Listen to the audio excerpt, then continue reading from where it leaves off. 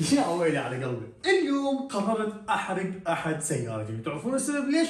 راح افهمكم ليش. اللي قاعد تشوفوه امامكم سيارة فيراري جديدة، قاعد يحطمها رسميا وبدون اي تردد، ومو بس هاي يا عوفك من الفيراري، الفيراري هاي هيجي فيراري جديدة، ولكن شوف لك هذا الشاب الروسي اللي راح يحرق المرسيدس جي تي اس 63 واللي سعرها ما يقارب ال 200 ألف دولار، والفيراري كذلك 500 ألف دولار. فأنتوا شنو رأيكم أنا أحرق أحد سياراتي؟ ولكن راح تسألوني أنس ليش تحرق أحد سياراتك؟ راح أفهمكم ليش.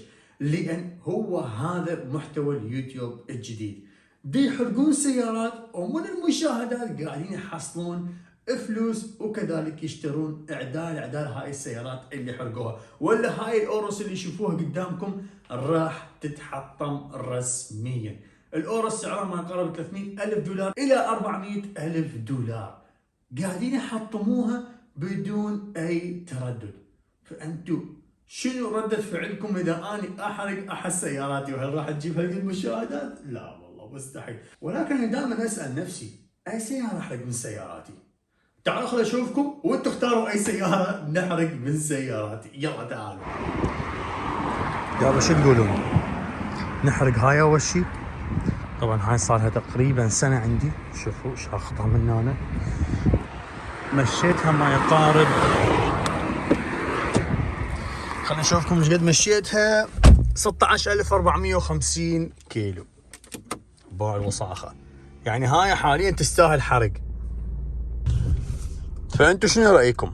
نحرق هاي اول شي احنا لو نحرق الثانية انتوا بعدكم اصلا ما شايفيها، وانا اصلا مستلمها جديد، يعني ما ماشي غير يعني شيء بسيط. هاي همي راح تخلص بنزين، يعني هاي حاليا تستحق الحرق حجي. يا ويلي، يعني اشوف هاي تعطب قدامي؟ لا مستحيل، لا لا لا لا لا. تعال خل اشوفكم الثانية وانتم اختاروا بالتعليقات حجي. ايوه راح اقرر بنفسي يا سيارة احرق، انتوا حرقوها بالتعليقات، حرقوها هيك لايكات شيرات. وصلت الجراج الثاني، ان انا عندي سيارتين بعد.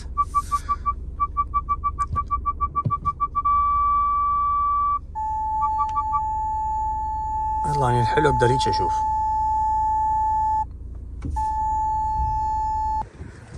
لو احرق هاي الثانية، يلا اختاروا خل اشوفكم. هاي الداخل مالتي يختلف ابا عن جدها من فول اوبشن، ولكن هاي موديل 2021 ذيك موديل 2022. الفرق الثاني هاي ماشية 138 كيلو فقط، هذيك ماشية 16400 كيلو مثل ما انتم تتذكرون، لأني يعني نسيت الرقم اصلا. هيك حاجة نقدم الكرسي. هاي همين بيها كاميرات بكل مكان، كل مكان كاميرات مثل هذيك. فبعد بقت يمكم حجي. هاي هذا هسه ما قلتوا لي يا هي احرق هاي لو هاي، اختاروا واحدة بالاثنين. هاي موديل 22، هاي موديل 21، فول اوبشن 138 كيلو 16000 كيلو. وهناك بعد عندي سيارة لوخ ما يطلعها لكم، اللي شايف الفلوقات السابقة راح يعرف يا سيارة اكو هناك. يا ويلي على قلبي.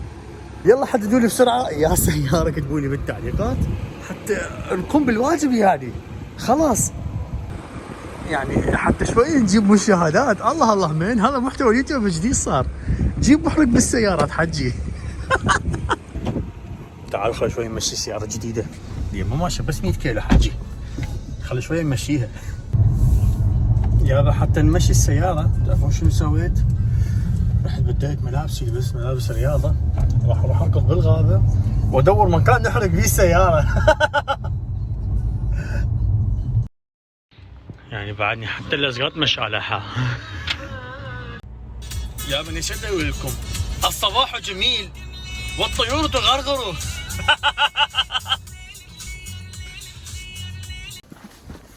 يا بالركض الزين، الغابة تخبل صراحة. خل اشوف وياكم.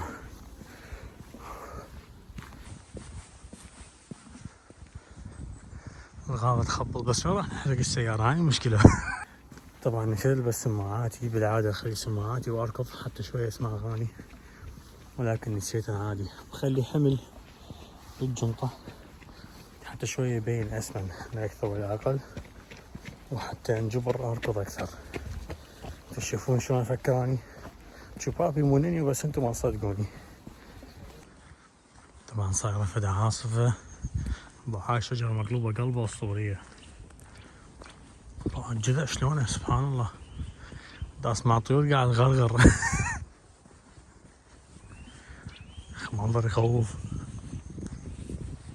بالليل لا تجيبوني هنا عيني، بالليل لا تجيبوني هنا انسوا. للحظة حاليا ركضت 4 كيلومتر هني، هاي 4 كيلومتر راح اكملها اسوي 8 كيلو. والمشكلة ما بيها اركض حرجع للبيت راح اقعد انسف الثلاجة نسف وكأنما شيء لم يكن، لا رحت ركضت ولا اي شيء. بس يلا شو نسوي حتى نحافظ على وزننا.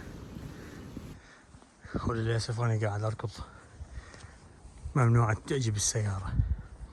هاي ليش؟ يعني يمنعوني من حرق السيارة واي. يا ويلي لو بس انت موجودة جاكي مشاكل.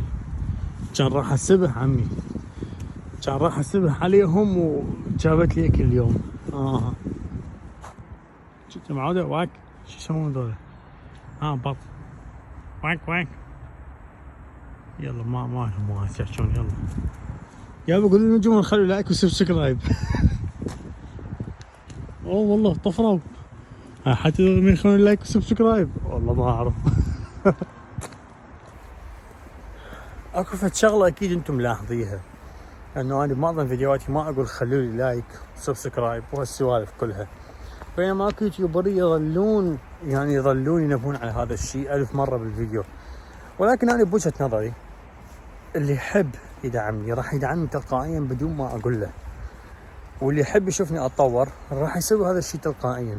صراحه انا والله اللي يدري يعني عندي كانت عندي قناه بيها 780 ألف متابع، يعني ما بقى شيء اوصل 800 ألف متابع.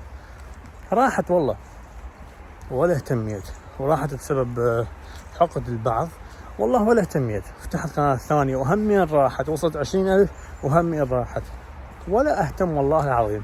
افتح غير قنوات ما عندي اي مشكله. اني هدفي من هاي القنوات انه انشر اشياء وياكم. والله ترى لا همي الفلوس ولا هاي ولا اي شيء. لو اريد فلوس او همي على فلوس كان رحت ملغلط كان رحت مرغلط نفسي سويت مشاكل ويا ذاك حتى اصعد. كانت تلقوني كل يومين مسوي مشكله ويا هذا ويا ذاك وما ادري شنو، حتى شنو الفيديوهات مالتي تصعد وتجيب مشاهدات وهاي. ولكن احنا بعيدين عن هذا الشيء صراحه، يعني مو بعوزة هذا الشيء والله العظيم. بعدين اذا تجيبوها على المشاهدات، اذا على المحتوى العربي 100,000 مشاهدة تجيب لك ما يقارب 20 دولار. هاي 20 دولار شو يسوي بيها؟ الحمد لله والشكر، الغير يتمنى هذا الشيء. ولكن بس حاب اوصلكم الفكرة ان المشاهدات العربية ما لها اي، نقدر نقول ما لها اي قيمة. فبس حاب اوصلكم انه انا الفيديوهات اللي انشرها مو على مود الفلوس، انا بس احب اطلع اشوفكم افافركم وياي، يعني لا اكثر ولا اقل صراحه. واذا قلت لك اذا على الفلوس كان سويت 1000 مشكله ولا 1000 واحد كل يوم هي مشكله. ايش عندي يا بهاللحظه وصلت البيت قامت تمطر مطر مو قانوني مزناني بالسياره. رجعت فحبايب قلبي شنو رايكم؟ صدقتوا اني راح احرق السياره لو شنو؟ تعالوا كتبوا لي بالتعليقات. لي صراحه هاي خطوة جدا كبيرة، يعني السيارة سعرها 55,000 يورو، فخطوة جدا صعبة صراحة. هسه لو عنده مشاهدات بيها ما جواب، ما عنده مشاهدات. هسه راح ابدل وراح اطلع معزوم يوم اصدقائي، اليوم قبل كم يوم كان عيد ميلادي، ومفروض اني اعزمهم بس هم دائما يقول لهم يلا عيد ميلادي شو وقت تعزموني. شوفوا اطلع الاكل براسهم يا اخي، شلون السالفه هاي؟ الله من ضوجوني.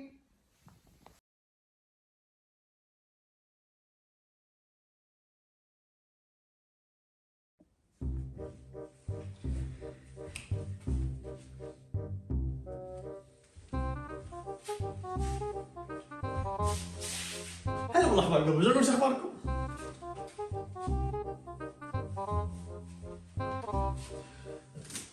اليوم قررت احرق احد.